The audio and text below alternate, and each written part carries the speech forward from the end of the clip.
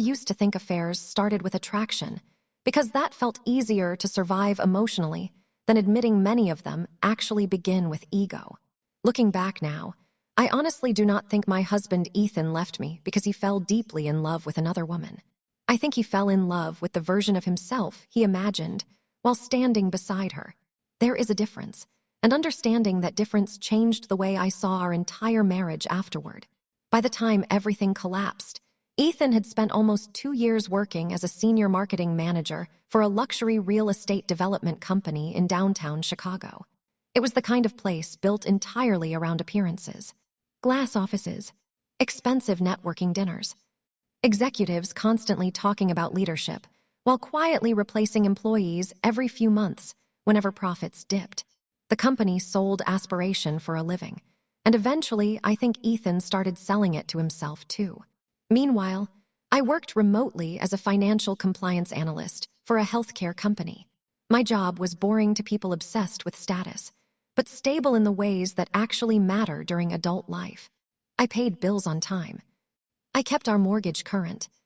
I handled taxes, insurance paperwork, retirement contributions, and all the invisible responsibilities that prevent households from quietly collapsing under stress. For most of our marriage, I thought Ethan appreciated that stability. Looking back, I think he eventually started resenting it because stable people become reminders of who you used to be before ambitions started controlling your personality. The strange thing about emotional distance is that it rarely arrives dramatically. There was no single moment where I suddenly realized my husband no longer respected me. It happened gradually through small interactions that became harder to ignore over time. Ethan started correcting me publicly during dinners with coworkers. Then he began speaking over me whenever conversations shifted toward finances or career topics, even though I literally worked in financial compliance professionally. Eventually, he developed this habit of turning me into the punchline of harmless little jokes in front of other people. Individually, none of those moments seemed serious enough to justify confrontation. Together, they slowly changed the emotional atmosphere inside our marriage. One night, about 6 months before he left, we attended a birthday dinner for one of his coworkers at an upscale restaurant downtown. I remember sitting across from Ethan while everyone discussed investment properties and promotion rumors inside the company. At one point, another executive's wife asked me about my work, and before I could answer, Ethan casually laughed and said I kept the exciting world of spreadsheets alive. Everyone chuckled politely. I smiled too, because women learn very early how to survive public disrespect without visibly reacting to it. But something about that moment stayed with me afterward, because the comment itself was not even the real issue. It was the satisfaction on Ethan's face after people laughed. Like diminishing me slightly made him feel more impressive socially. That was when I first started understanding how much his personality had changed.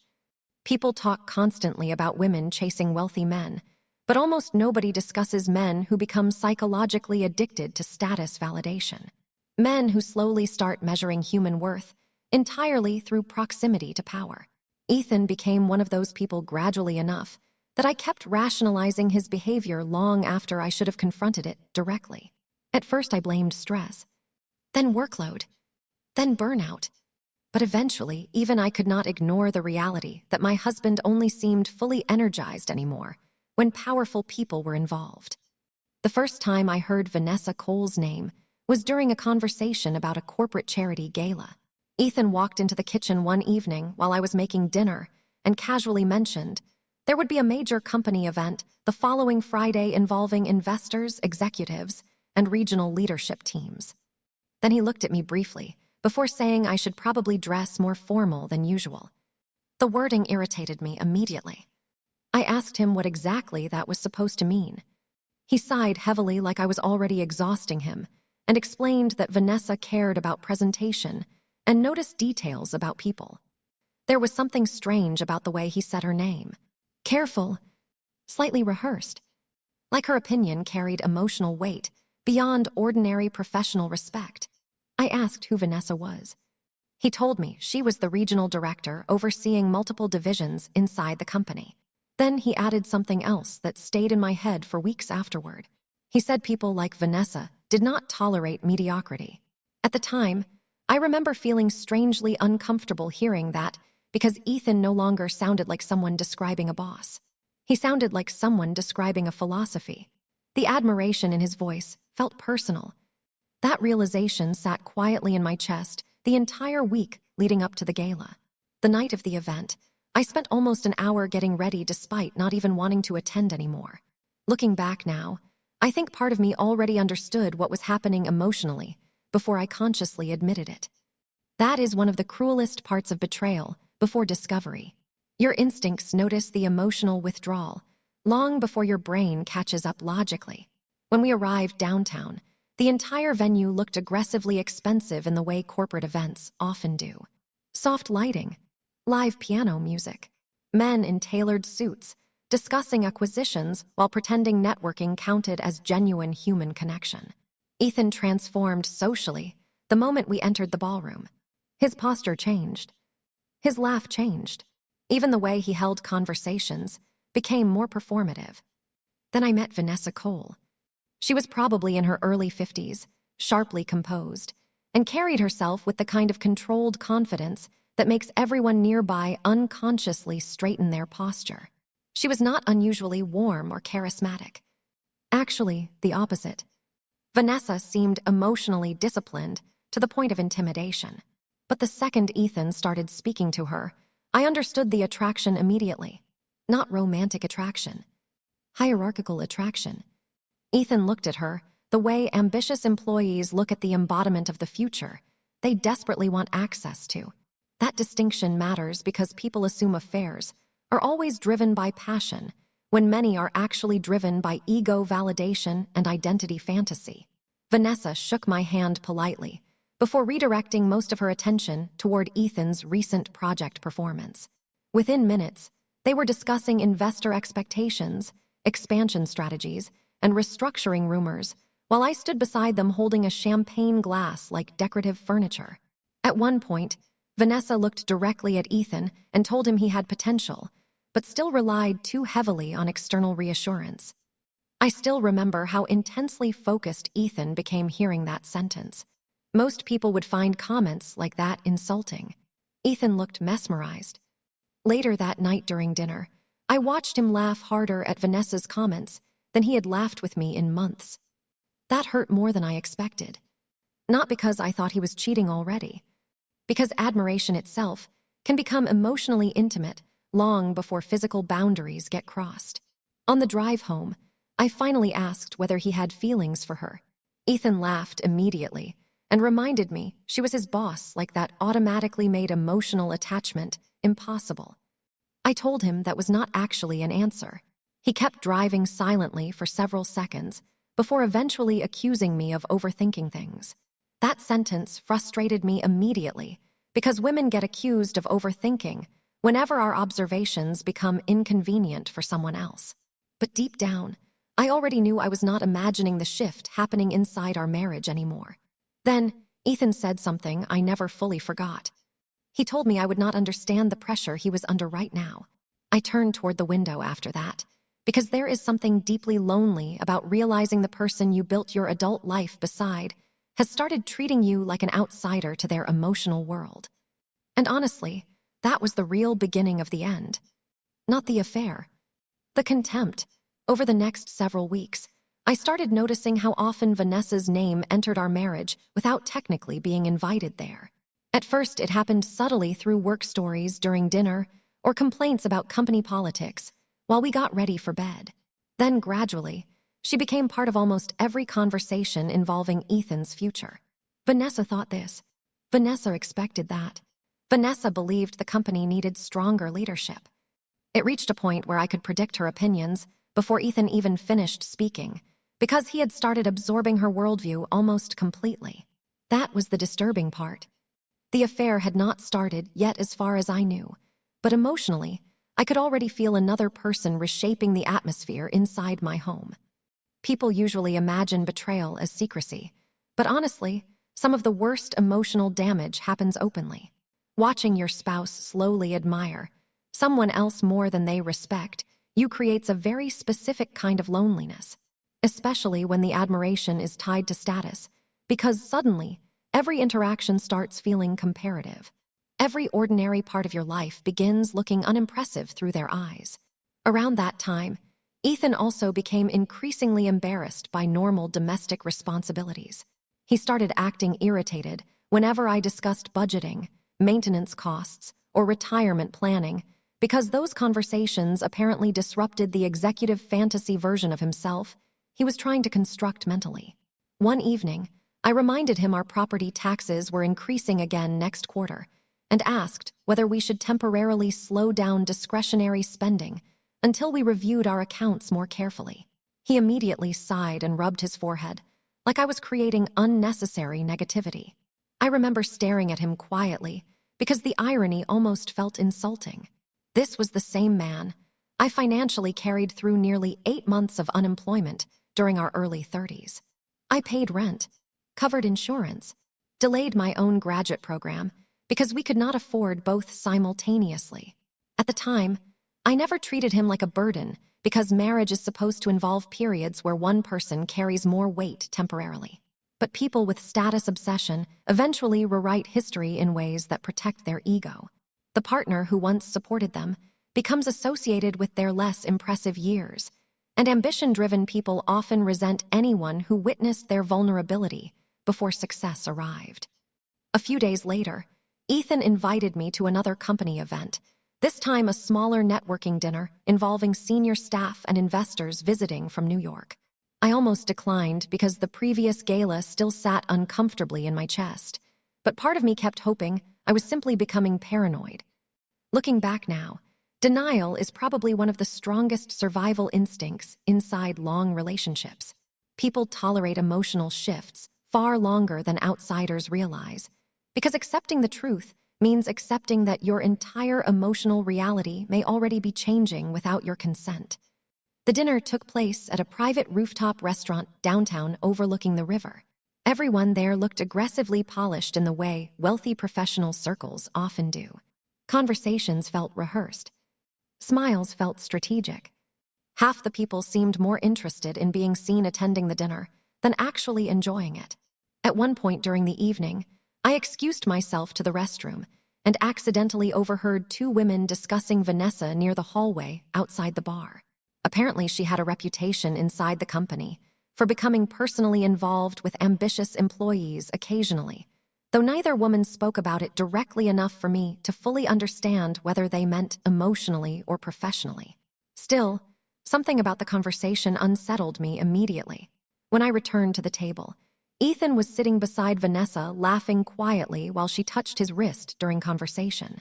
The gesture itself was small, normal even, but sometimes emotional intuition notices shifts before logic catches up. The energy between them no longer felt purely professional. Then came the moment that finally lodged itself in my memory permanently. One of the investors jokingly asked Ethan how he managed balancing executive ambition with married life. Before Ethan could answer, Vanessa smiled faintly and said successful people usually find partners willing to evolve alongside them. The table laughed politely. I felt my stomach tighten instantly because the comment was subtle enough to remain socially acceptable while still carrying an unmistakable undertone. And Ethan did not defend me. That mattered more than the comment itself. Actually, he looked flattered. The rest of the dinner blurred together emotionally after that. I remember watching Ethan become more animated every time Vanessa gave him attention while barely acknowledging me, unless social politeness required it. There is something uniquely humiliating about feeling invisible beside your own spouse in public, especially when everyone around you quietly notices it too. On the drive home, I stayed silent most of the way because I genuinely did not trust myself to speak calmly anymore. Eventually, Ethan asked why I was acting distant. That question almost made me laugh. I asked whether he realized how disrespectful Vanessa's comment sounded earlier. Immediately, he became defensive. He insisted I was reading too much into harmless conversation again and accused me of being insecure lately. Then he said something that honestly changed the emotional tone of our marriage permanently. He told me maybe I felt threatened because I did not understand ambitious environments. I still remember staring at him in complete disbelief after hearing that Because people who truly love you do not weaponize your insecurities during disagreements. They especially do not reduce your intelligence, simply because someone wealthier entered the room. The argument escalated quickly after that. For the first time in years, I directly asked whether something inappropriate was happening between him and Vanessa. Ethan became furious immediately. Not guilty. Offended. That distinction confused me at the time, but later I realized ego-driven people often react to accusations emotionally because they view themselves as too sophisticated for ordinary betrayal.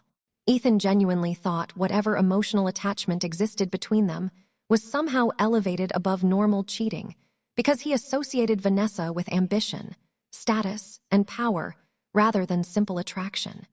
He told me I was embarrassing him. Then he said, I had become emotionally exhausting recently.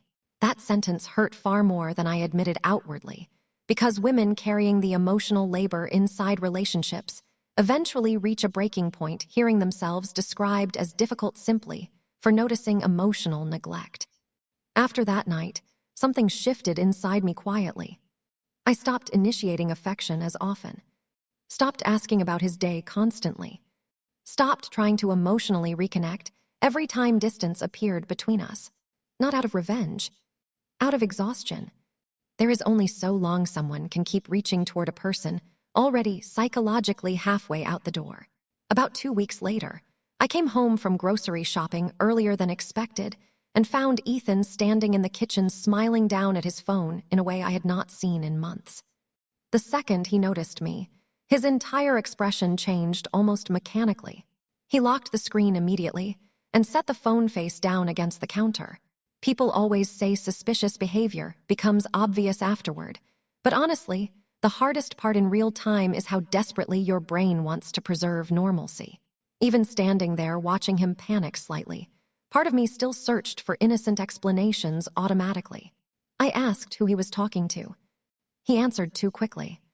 Nobody important. That response alone told me everything emotionally, even before I had proof logically. Because happy spouses do not suddenly start hiding ordinary conversations from people they trust. That night I barely slept. And sometime around 3 a.m, while Ethan snored beside me completely unaware, I realized something painful for the first time. I was no longer trying to save my marriage. I was trying to understand how long I had already been losing it without knowing. The weeks after that realization felt emotionally disorienting, because once suspicion enters a marriage, every ordinary interaction starts carrying hidden weight. Silence feels deliberate. Small changes feel loaded with meaning. You begin analyzing facial expressions the way investigators study evidence, because part of you already knows something is wrong, while another part still desperately wants to be proven irrational. Ethan became increasingly attached to his phone during that period. Not casually attached. Protective. He started taking calls in other rooms, tilting his screen away instinctively whenever messages appeared, sleeping with his phone face down beside him, like it contained classified information instead of ordinary conversations. The strange thing was that he still acted offended anytime I seemed emotionally withdrawn, almost like he expected me to continue performing the role of supportive wife while he quietly detached from the marriage in real time. People having affairs often believe the betrayal itself is the primary damage, but honestly, the psychological manipulation beforehand can feel worse. Especially when they continue demanding emotional loyalty from the person they are already replacing mentally. Around that time, Ethan also became obsessed with changing himself physically. New suits, expensive cologne, gym memberships he barely used before, whitening treatments, hair appointments suddenly scheduled every few weeks. None of those things would have mattered individually, but combined together, they created the unmistakable feeling that my husband was preparing himself for another audience. And deep down, I already knew who that audience was. One Friday evening, Ethan told me he had to attend an overnight executive retreat outside the city involving senior leadership meetings and investor planning sessions. The explanation sounded rehearsed from the beginning. Too polished, too efficient. But by then, I had reached a strange emotional stage where I almost feared confirmation more than suspicion itself. Certainty would force decisions. Suspicion still allowed denial. So I simply nodded and told him to drive safely. The moment he left, the house felt unnaturally quiet. I remember sitting alone on the couch that night trying to watch television while constantly checking the time without realizing it. Around midnight, one of my friends texted asking whether Ethan attended some major executive networking event downtown because she thought she saw photos online involving his company. My stomach dropped immediately. I searched social media almost mechanically after that. And there he was. Not at a retreat outside the city. At a luxury rooftop restaurant, downtown, standing beside Vanessa. The photo itself was not explicit. No kissing, no touching, but emotional betrayal reveals itself through body language long before physical evidence appears. Ethan looked happier in that picture than he had looked with me in over a year. What hurt most was how naturally they occupied each other's space, like they already existed as a unit. I spent almost an hour staring at that photo alone in my living room, feeling something inside me quietly crack emotionally. Not dramatic heartbreak, something slower and heavier. The realization that my marriage had probably been ending long before I officially understood it. When Ethan returned the following afternoon, he acted completely normal. That part disturbed me more than anything. He kissed my forehead casually, asked whether I wanted coffee, and started discussing traffic on the highway like he had not spent the previous evening emotionally attached to another woman while lying directly to my face. I remember watching him move around the kitchen, thinking about how frighteningly easy deception becomes once someone emotionally justifies their behavior internally. Finally, I asked how the retreat went. Without hesitation, Ethan immediately started describing meetings that never happened. Specific details, specific conversations, specific frustrations. That was the moment I fully understood the situation was no longer emotional ambiguity. It was active deception. I asked whether the retreat happened at a rooftop restaurant downtown. For the first time in months, Ethan froze visibly. Only for a second, but long enough. Then came the denial. He explained there had been an unexpected networking dinner added afterward, and accused me of trying to create problems from harmless circumstances. The entire explanation sounded rushed and strangely irritated, like he resented being forced to defend himself at all. I asked why he lied. Immediately, his tone changed. Defensive people often become aggressive once the truth gets too close, because anger helps redirect emotional focus away from accountability. Ethan accused me of spying on him, of becoming paranoid, of turning every professional interaction into emotional drama. Then he said something I never forgot. He told me powerful environments required trust and maturity that I apparently struggled understanding. At that point, something inside me emotionally detached completely. Not because I suddenly stopped loving him, because I realized love no longer protected me from humiliation inside my own marriage. That night, we barely spoke. Ethan slept facing the opposite side of the bed, while I stared at the ceiling, realizing how quickly emotional safety disappears once contempt enters a relationship fully. Affairs rarely begin physically first. Most begin when one person starts viewing their partner as emotionally replaceable. The next morning, Ethan left early for work without saying goodbye. Around noon, my phone buzzed unexpectedly with a message from an unknown number. At first, I assumed it was spam. Then I opened it. The message contained only one sentence.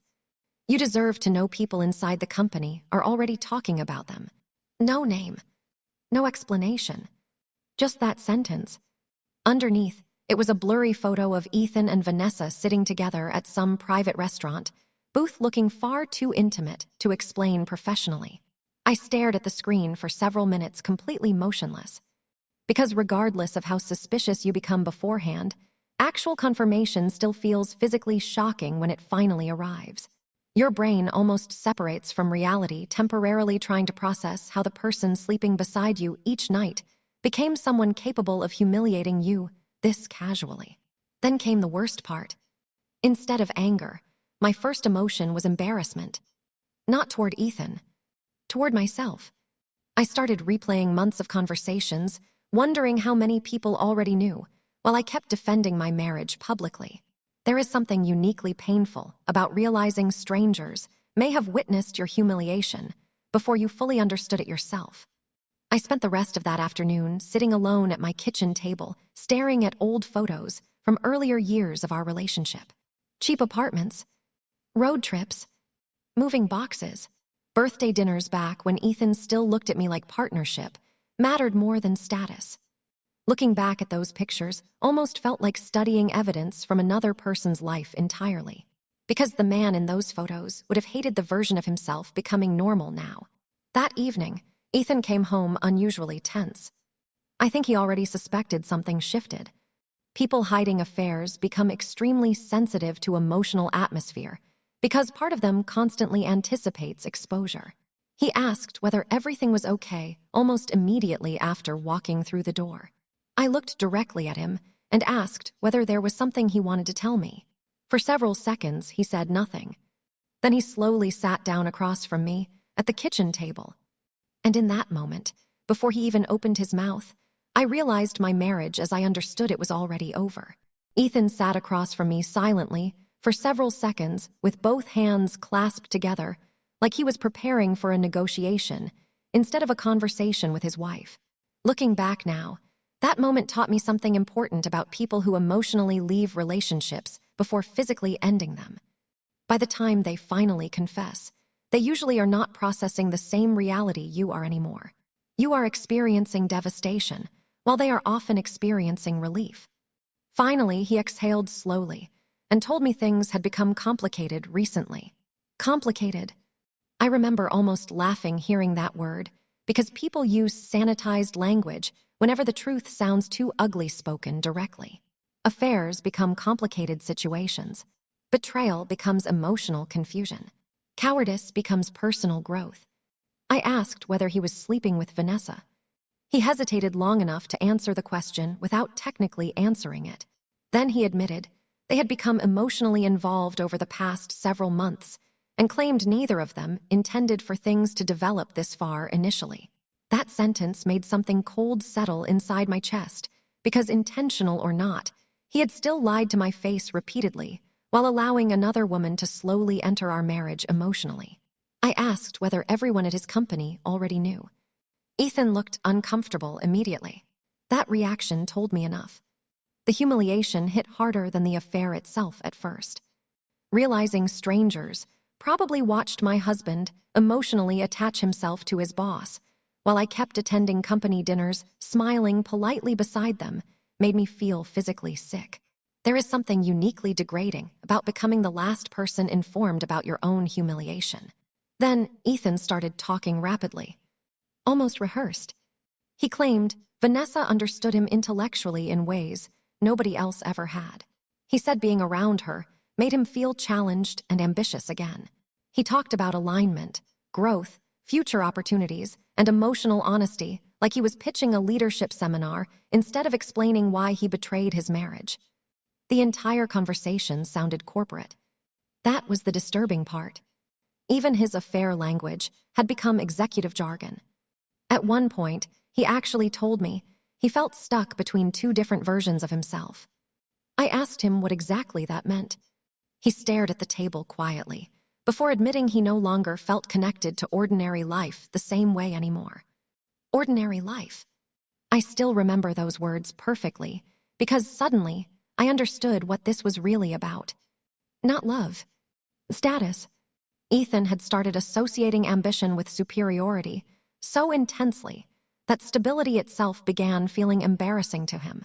Mortgage discussions, grocery shopping, quiet weekends, shared responsibilities, all the normal things that build actual adult life, slowly became proof in his mind that he belonged somewhere more important emotionally and professionally. And Vanessa represented that fantasy. I asked him directly whether he planned on leaving me.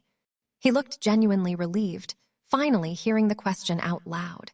That hurt more than I expected. Because relief meant he emotionally crossed that line long before confession ever happened. Then he admitted He thought separation was probably the healthiest decision for everyone moving forward. Healthiest? Again, with the sanitized language. I remember sitting there staring at him, while realizing how thoroughly he had already rewritten our marriage inside his own head. Suddenly, our life together was being framed like some necessary phase he had evolved beyond, rather than the relationship that carried him through nearly half his adult life. The strangest part was how calm I became afterward. Not peaceful, numb. Sometimes emotional shock becomes so overwhelming your brain temporarily protects itself by flattening everything into silence. I asked whether Vanessa expected him to move in with her. Ethan quickly explained it was not like that, and claimed they were still figuring things out carefully because of workplace visibility and executive optics. Executive optics. Even then, he still sounded more concerned about professional image than destroying his marriage. Then came the sentence that permanently changed the way I viewed him. He told me he never meant to hurt me, but people cannot help who they evolve into emotionally. I genuinely almost laughed hearing that, because people obsessed with ambition always start framing selfishness like destiny eventually. Like betrayal becomes unavoidable once they decide their desires sound sophisticated enough. I asked him whether he understood the irony of saying that to the woman who financially supported him through unemployment, panic attacks, career failures, and every insecure period before his promotions arrived. For the first time that night, Ethan actually looked ashamed, but only briefly. Then he said something even worse. He admitted part of the reason he connected with Vanessa was because she saw him as capable of becoming more. That sentence landed like physical impact, not because it was cruel intentionally, because it exposed how little he valued the years I spent believing in him before success made him socially impressive. People rarely appreciate the partners who help build them once strangers start admiring the finished version publicly.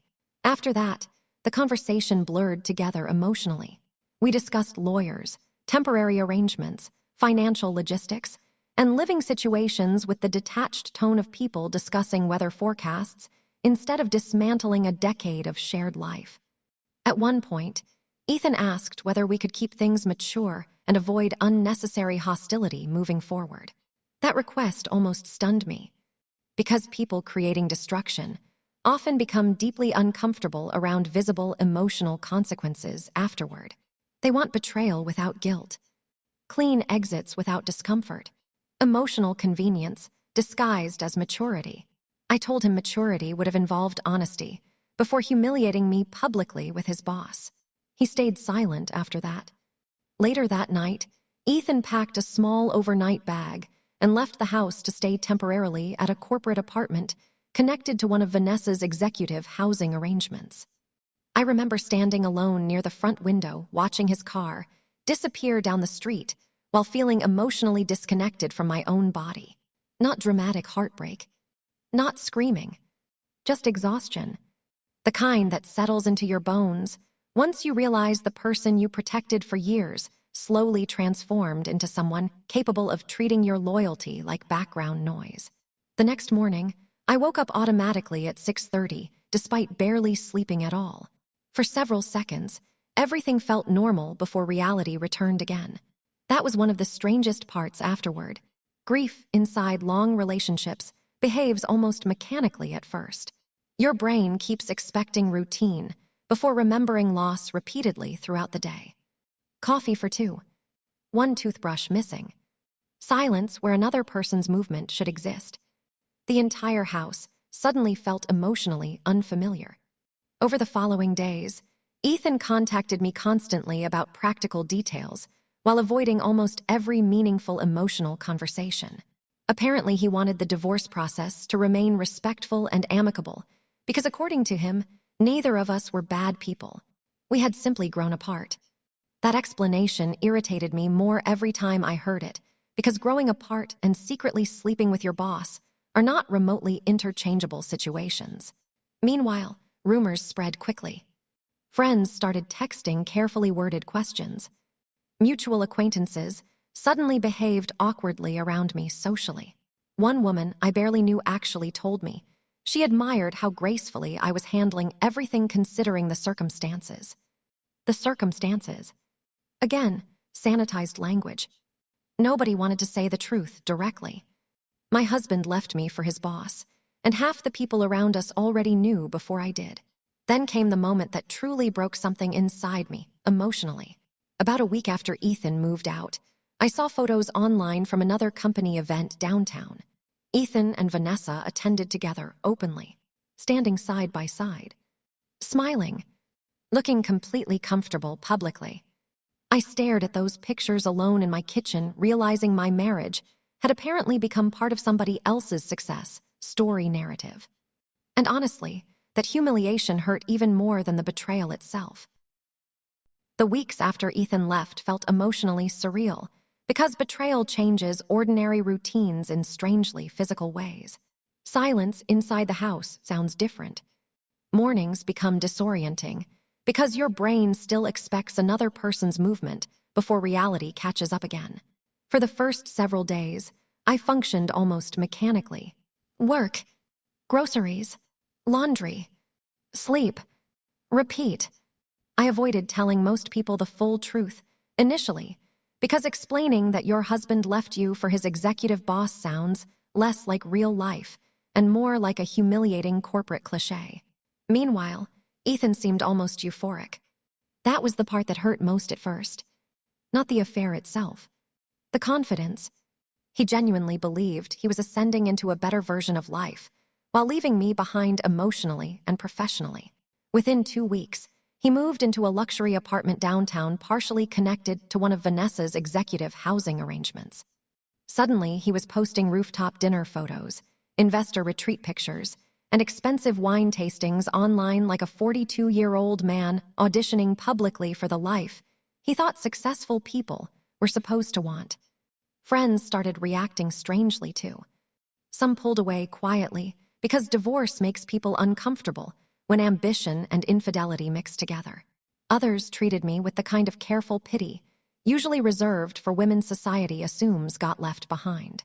One mutual acquaintance even told me maybe Ethan simply evolved faster professionally than the marriage did, which honestly almost made me laugh because people obsessed with status will rationalize almost anything if enough money and executive titles surround it. But the strangest reactions came from Ethan himself. He wanted the divorce to feel mature, elevated, almost inspirational somehow. During mediation discussions, he kept talking about growth, alignment, and emotional honesty, like abandoning a 15-year marriage for his boss represented personal evolution instead of selfishness. At one point, he actually told me Vanessa challenged him intellectually in ways he had not experienced before. That sentence irritated me immediately, because people having affairs often rewrite their spouses into emotionally smaller versions of themselves afterward. Suddenly, the partner who supported them through struggling years becomes comfortable, safe, or uninspiring because reducing your spouse psychologically makes betrayal easier to justify internally. The irony was that, while Ethan played executive fantasy life publicly, I quietly started noticing small inconsistencies underneath the image. He seemed exhausted constantly, not happy, performative. There is a difference. Every time we met regarding paperwork or financial separation issues, Ethan talked about Vanessa obsessively, but always through professional language disguised as admiration. Her discipline, her standards, her expectations. The relationship sounded less romantic than hierarchical, almost like Ethan confused proximity to power with intimacy. Then came the first crack. About 5 weeks after Ethan moved out, one of my former coworkers sent me a screenshot from an industry networking forum discussing internal tensions at Ethan's company. Apparently, Vanessa's division had come under pressure after several aggressive restructuring decisions created major operational problems across 2 regional markets. Executives above her were unhappy. Investors were questioning performance metrics publicly. Rumors about leadership instability had started circulating internally. At first, I ignored it because corporate politics constantly generate gossip. But then something else happened. Ethan called me unexpectedly one night around midnight. Drunk. That alone shocked me, because Ethan normally treated emotional loss of control like weakness. At first, he rambled vaguely about stress and executive pressure, before eventually admitting Vanessa had become difficult recently. According to him, she expected complete loyalty professionally and personally, while offering very little emotional reassurance in return. Their relationship apparently revolved almost entirely around work conversations, networking obligations, and strategic positioning inside the company. I listened quietly, while realizing something almost absurd. Ethan genuinely thought dating his boss would feel glamorous forever, instead of emotionally transactional. Then he said something revealing. He admitted Vanessa hated emotional dependency and became irritated whenever personal feelings interfered with productivity or focus. I nearly laughed hearing that, because suddenly, the entire fantasy made perfect sense. Ethan did not leave our marriage for deeper love. He left because proximity to power made him feel more important professionally. Vanessa represented status, ambition, and validation wrapped together inside one person. The relationship itself was almost secondary. Then came the disaster. It happened unbelievably fast. One Thursday morning, major financial outlets reported that Ethan's company was undergoing emergency restructuring after several failed acquisitions and leadership conflicts triggered internal review processes. Vanessa's division became the center of scrutiny almost immediately because many of the controversial strategic decisions originated under her oversight. By Friday afternoon, executives started getting terminated. Departments reorganized overnight.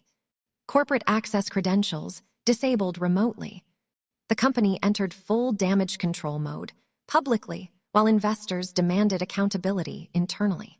That evening, my phone started vibrating nonstop with messages from former coworkers and mutual friends asking whether I had heard about Ethan. Apparently, the entire executive floor had been called into emergency meetings that afternoon, and Vanessa fired him personally. Not privately either. Publicly. According to multiple employees, Ethan tried defending several restructuring strategies during the meeting while executives questioned accountability across departments. Vanessa interrupted him midway through the discussion and informed him his role was being eliminated effective immediately due to leadership realignment priorities. Then security revoked his building access badge before he even left the conference floor. Just like that, the man who destroyed his marriage chasing executive fantasy life lost both the relationship and career structure supporting the fantasy almost simultaneously. Ethan spent years believing proximity to powerful people would transform him into someone more important. But relationships built around status usually survive only as long as the status itself does. The moment the image cracks, loyalty disappears with it. And honestly, that was the first time I started realizing Vanessa was never really in love with Ethan either. She was in love with usefulness. There is a difference. If you enjoy stories about betrayal, ambition, and complicated relationships like this, make sure to like and subscribe because the next part gets even worse for Ethan. And if you want to support the channel or help me keep making stories like these, you can always donate or support through Buy Me a Coffee. The link is in the description and pinned comment.